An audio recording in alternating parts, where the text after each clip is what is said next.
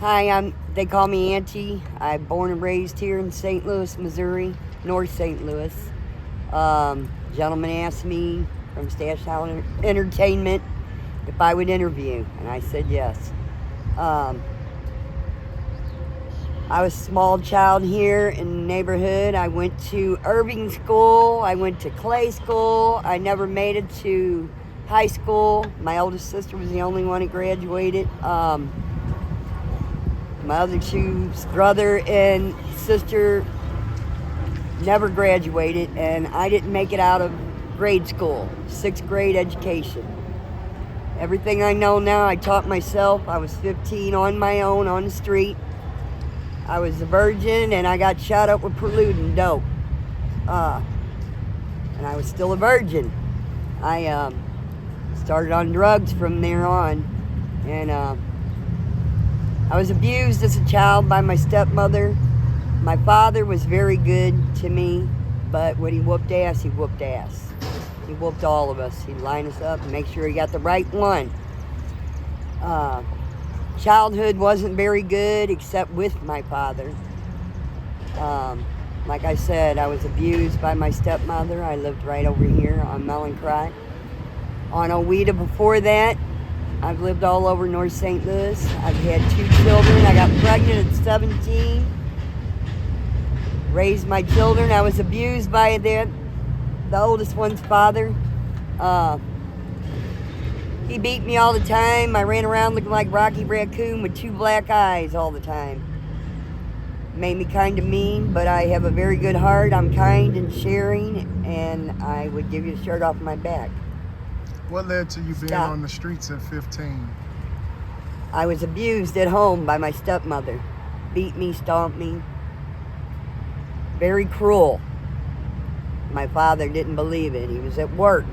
He married her just to take care of us children and make her a respectable woman, as you call it.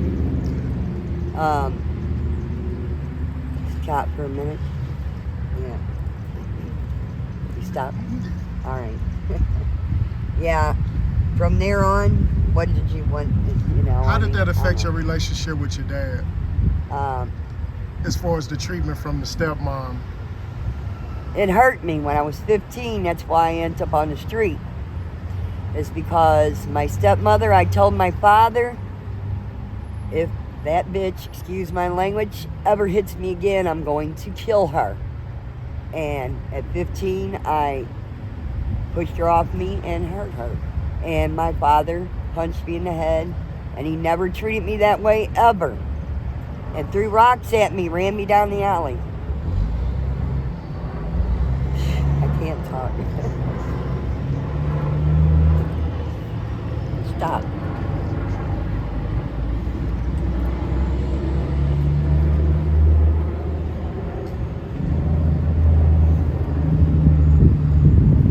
I'm sorry. You had to stop.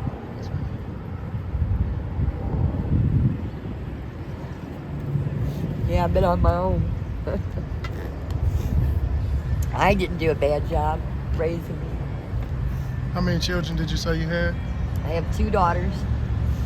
I got fixed so I wouldn't have no more. Where are they? And what's your relationship like with them? They love me. They know I've had problems and have problems. How long have you been dealing with your toxic substance addiction? Off and on since I was 15. I quit for 10 years and 15 years, and I raised my daughters.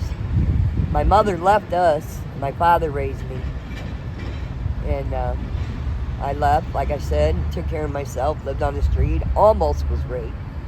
Was took advantage of a lot, stole from, had to start over and over and over. I lived right there just a couple months ago, and it burnt. And I'm on the street right now. I stay here, there.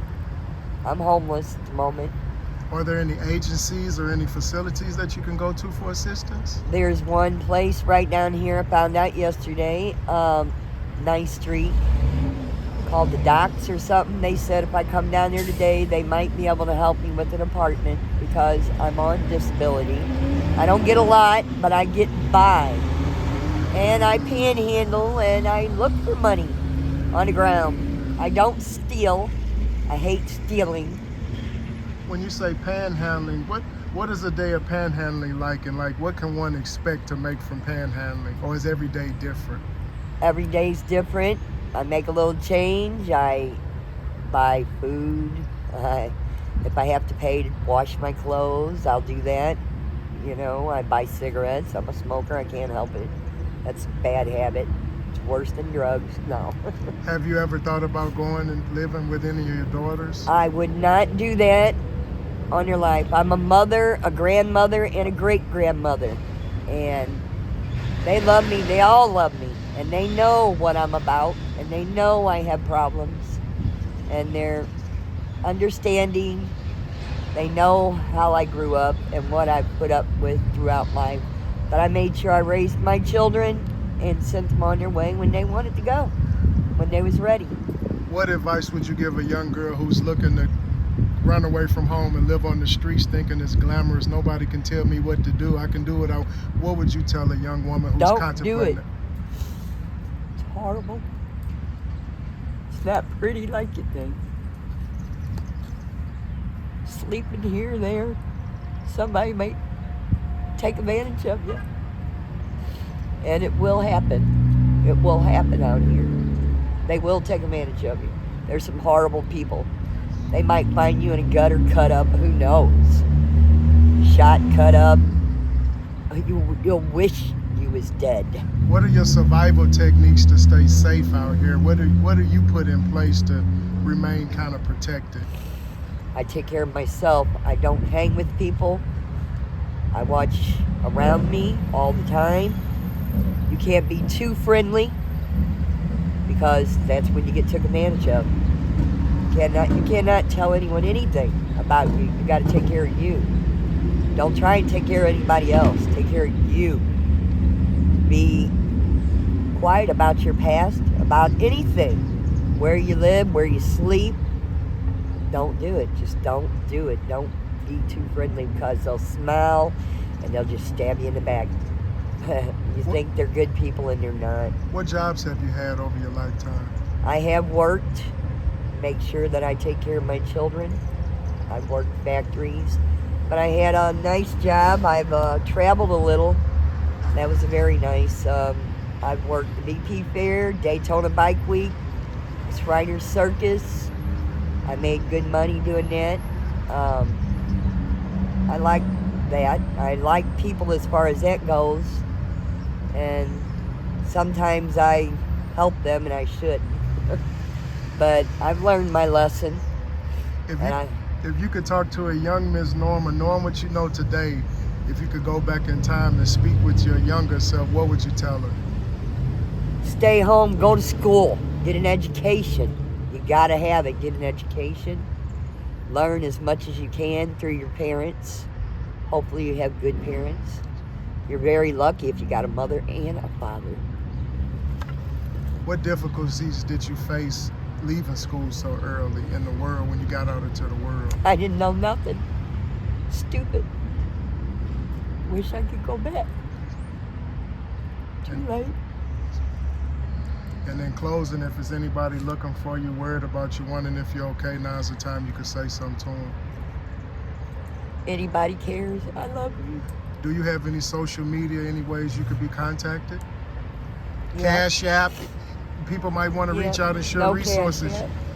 You could share your social media or any contact information on here as well, Miss Auntie. I don't even know the phone number because they stole my phone. Thought they was my friend. They're not. I have another phone. I got pennies together and got me a phone. I don't even know the number because they're going through them so fast. So friends don't exist on the street, would No. you say that? No, they don't. They really don't. They'll smile on your face, and the minute you turn your head, whatever you got's gone. They'll take it. They'll take it one way or another. Trust out the window. Friends out the window. There is no trust. You cannot trust. No, do not. I don't care how much you think that they act like they care. It's all about them. You got to care about you. Care about you. Take care of you. Sure, if you got an extra piece of sandwich, somebody's hungry, you can give it to them, but that's it. Walk away. Take care of you. Don't take the shirt off your back like I have. I've took the shoes off my feet, my socks. Rule number 1, self-preservation. Take care of yourself first. That's right. Always concern yourself with yourself. Yes. Look out, be aware around you, your surroundings. Do not go where you think it's dangerous. Do not, because if you think it's dangerous, listen to yourself. It's dangerous. There's some places you don't go, and you know it, you know? We appreciate you taking time out with us, Miss Auntie. We thank you so much. Thank you.